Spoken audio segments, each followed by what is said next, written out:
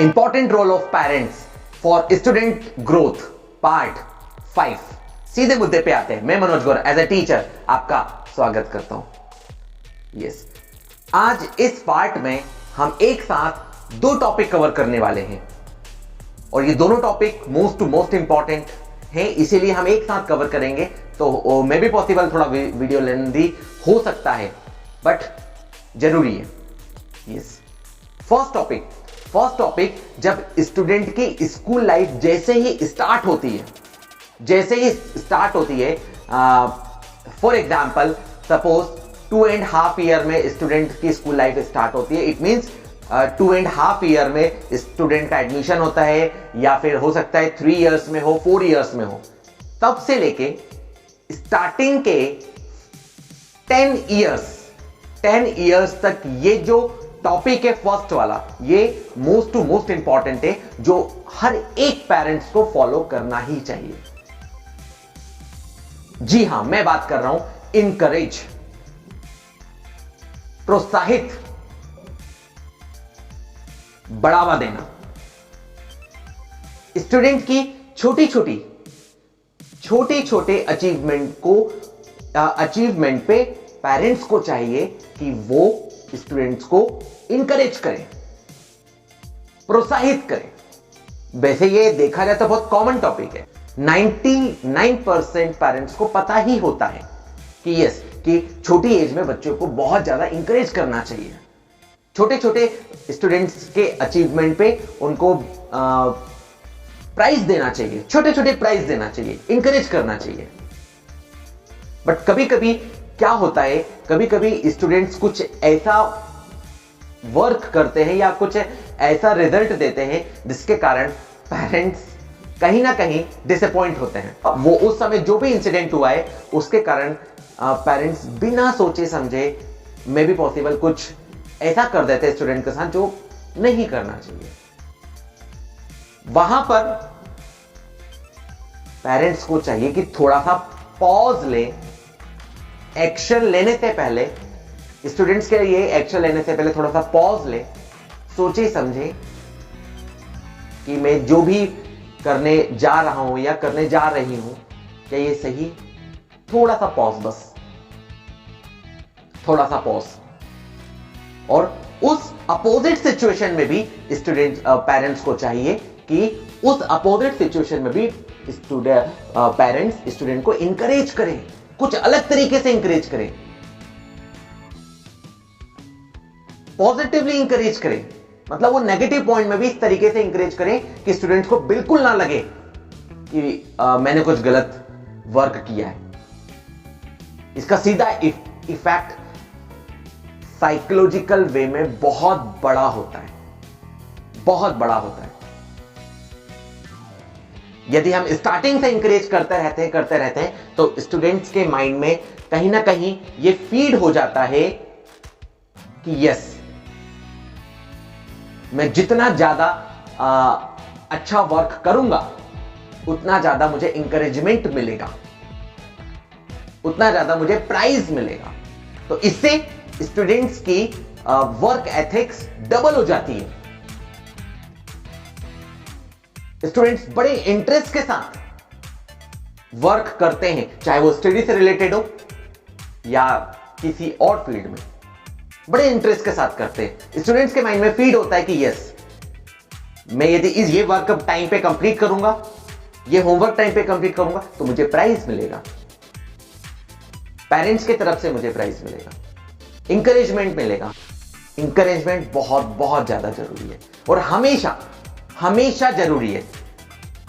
अलग अलग तरीके से ये डिपेंड करता है पेरेंट्स पे। सेकंड टॉपिक में बड़ा इंटरेस्टिंग टॉपिक है। इसमें मतलब ये 90% पेरेंट्स ये ऐसा करते हैं, है ना।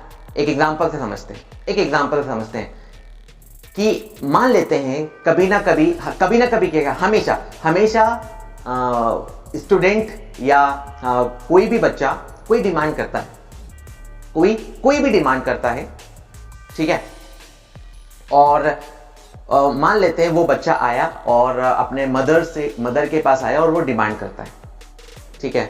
अब हम एक चॉकलेट का एग्जांपल ले लेते हैं, एक चॉकलेट का एग्जांपल लेते हैं कि स्टूडेंट चॉकलेट मांगता है, ठीक है। स्टूडेंट चॉकलेट मांग रहा है, मम्मी के पास आता है, चॉकलेट मांगता है, ठीक है। मम्मी ने चॉकलेट के लिए मना कर दिया।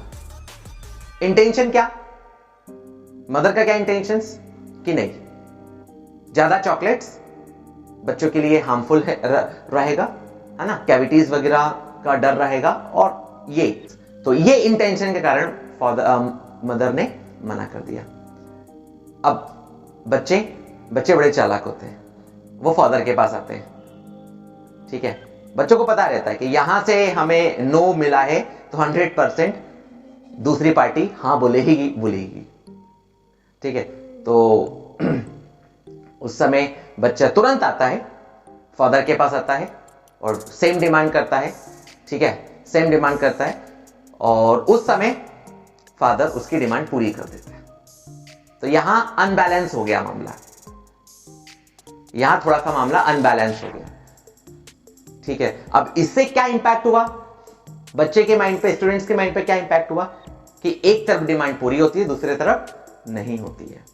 यहां फादर को चाहिए कि उस सिचुएशन में या उस समय, जिस समय मदर ने मना बोला है, उस समय फादर भी उसको मना बोले।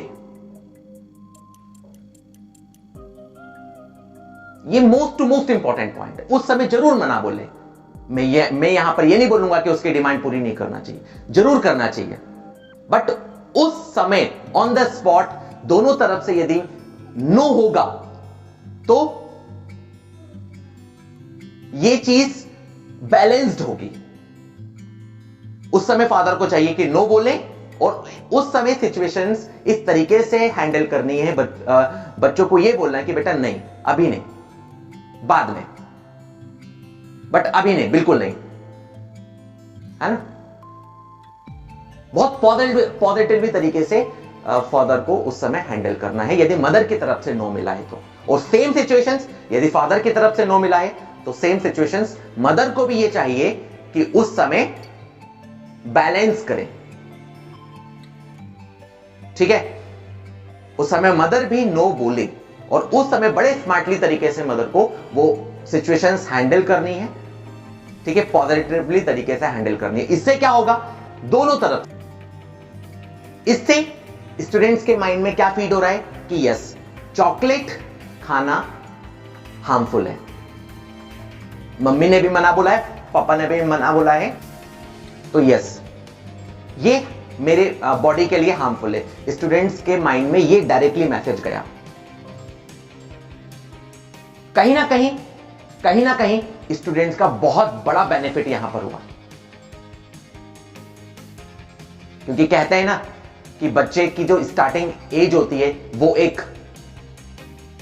तरीके से बिल्कुल गीली मिट्टी के समान होती है। जिस तरीके से हम उस मिट्टी को शेप देंगे, जिस तरीके से उस मिट्टी को हम ट्रेंड करेंगे, उस बच्चे के माइंड को ट्रेंड करेंगे, वैसा ग्रो होगा, आगे चलकर उस तरीके से बच्चा परफॉर्म करेगा। क्लियर? तो फादर और मदर दोनों के बीच में बैलेंस होना बहुत बहुत ज्यादा जरूरी है, बच्चे को लेकर, स्टूडेंट्स को लेकर। आई होप कि एक चॉकलेट के एग्जांपल से मेरी बात आप तक पहुंच चुकी होगी। ओके जी, थैंक यू सो मच।